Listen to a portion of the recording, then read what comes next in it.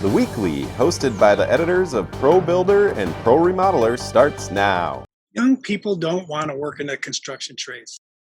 It's a common observation I hear from home builders and subcontractors about their experiences with hiring and firing 20-somethings and recruiting high schoolers. It's a legitimate complaint. There's a growing shortage of skilled labor, and building a pipeline to provide more tradespeople seems like swimming upstream, since many school districts and community colleges have dumped vocational training classes. But there have been victories in attracting the next generation of skilled workers. ProBuilder will show you examples of people who took on this challenge by adopting unique approaches to educate and work around the walls put in front of them, even as school administrators, counselors, and parents were biased towards pushing students to college. Michael Smith is founder and director of the Teach Construction Initiative, which provides online training and curriculum resources for schools, employers, or any program engaged in training for the construction industry. Previously, he was part of a workforce development training group that started a program with Oakwood Homes that eventually became the Colorado Home Building Academy. The Academy offers classroom, online, hands-on instruction and internships, and finds employment and apprenticeships for many of its graduates. Here's how Mike takes on the misperceptions about what is a construction job. Most people that say I don't want construction, our exact question to them is, what do you think construction is? And it's the guy on the road with the hard hat and a sign, or it's the guy just swinging a hammer. And so we will have those conversations, say, yes, we have those jobs, but engineering is in construction. You've got construction management, you have estimating, you've got office jobs that are in construction. You've got an electrician who's making $110K a year after 20 years in the industry. So what if you don't know what construction is, maybe you should listen some more. And if you do know what it is and you don't want it, I get it. A popular argument proponents of construction careers use is that being in a trade provides good paying jobs without incurring college loan debt. Listen to Mike's approach about that point. And I disagree with some of my peers that say a lot of rhetoric when we talk about our industry, and we promote it by saying our career or our industry can be an alternative to college. And we do a different take when I'm talking, especially talking to schools or parents. Yes, we have jobs in construction that are an alternative to college, and yes, some of them you could be making just as much money as your neighbor had in student debt. But we have jobs in construction that require college. Why do we try to shut that door? What I think our message should be is construction is a great opportunity for a long-term career with college or without college. We have opportunities for all. When we use that type of rhetoric, it allows us to get into the door with a high school who would normally close it by saying, my students are going to college. And I say, fantastic, I still want to hire them. Can we continue our conversation?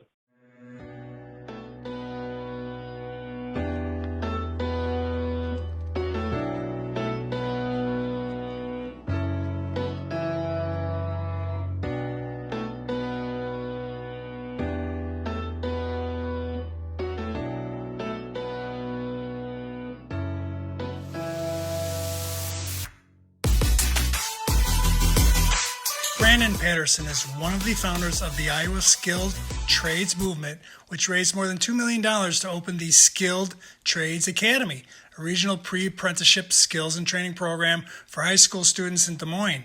Among the Academy's outreaches is Build My Future, an immersive event that tours multiple cities and enables 6th through 12th graders to get their hands on tools and learn about construction careers. Those tours have touched thousands of students. Yet the resistance to vocational training in favor of pushing a student to college is real. Listen to reception Brandon occasionally senses from educators. Yeah, and that's definitely still happening, and maybe not face-to-face with us. Like, they'll meet with us face-to-face, and, we'll go and talk to students face-to-face. And I think what they say after we leave or what they actually, their true actions is different. So we do still hear that a lot, where we even heard that after our hands-on event, where people were mad that their kid didn't get invited to the hands-on day, the Build My Future, and we're like, no, we invited everybody. And then they come to find out that either a guidance counselor or whoever wasn't inviting all the kids because, maybe they were on that career track and they didn't want them to know about that. And that's pretty unfortunate that people are like that. That's going to continue to happen until we fix that whole perception and that narrative. And we could still be, I always say it, like, I still feel like we're kind of in the beginning of this, even though we need the workforce right now. We could be 5 or 10 years away from that whole narrative shift because it takes that long to build, these grassroots efforts and things like that. And some of these teachers and guidance counselors are finally retiring, where there's a new batch that truly understands how bad college debt is, and that college isn't for every kid, and that there's other programs out there. Yet, even in school districts where the overwhelming majority of students are planning to attend college, there are students who are open to considering a career in the trades if only that opportunity was given to them. Whitney Higgins is a programs and partnership manager at True Homes and is in charge of recruiting students and subcontractors to participate in Builders Bridge, a program that launched in 2019 and provides summer internships for young people with 9 different trade partners that work with True Homes. Whitney also bumps into the perception of construction being a less desirable career path, but listen to how she finds those interested students. So it depends on that admin in that office. If they know their people, Right. well, then you can be successful. Now, if that person is, unfortunately, that's not always the case. Yeah. And you don't always have great, individuals in that position. And that takes working around them to get to the teachers. So there's a way to do it, right? Where you've got teachers who then are like, we went into a math class or a business something or other class, more of an elective class that one of our True Homes employees, his wife, teaches. So we went in there before we actually got to the career development coordinator or the guidance counselor office. So we were there, and then those kids were going to the guidance counselor office asking about us. So then we got it, right? So once they see that this is beneficial, and if you've got that passionate career or guidance counselor, you can do a lot with that. Astute home builders are recognizing that the trade shortage is not just the subcontractors' problem, but their dilemma as well. Wisconsin builder Tim O'Brien Homes partners with 3 high schools in the Milwaukee area and 1 in Madison for a program where students spend half a day, 5 days a week, working in the field with subcontractors on a for-sale house and half a day in the classroom. Approximately 175 students have participated in the program over the past 9 years, and 30 to 40% of those were hired by subcontractors into apprenticeships. You really have to get the parents involved at some point so they can understand what the benefit is to their kids being in a trades program. So how we do that is we have them come out.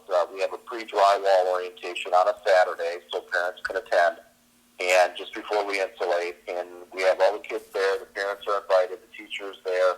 We usually talk about what we're doing, what we see as the future of a skilled trades person, the opportunity to not only work with your hands, be in the field, help build something that's creating memories for people that are going to live in the home, but also an opportunity to potentially own your own business at some point. One of the great American dreams besides home ownership is owning your own business. O'Brien invites subcontractors to talk to students about how they started their own business, perhaps pulling wire before becoming an apprentice, then taking a business class or 2 at the local college before striking out on their own.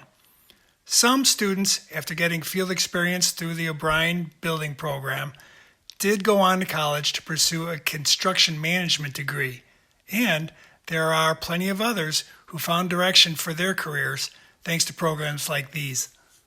A lot of what we hear from parents is they're like, hey, you know what? I knew my son was not college material, and I had no idea what opportunities would be available to them until my son, my daughter, went through this program. And it became much clearer as to what they get excited about, what they're passionate about.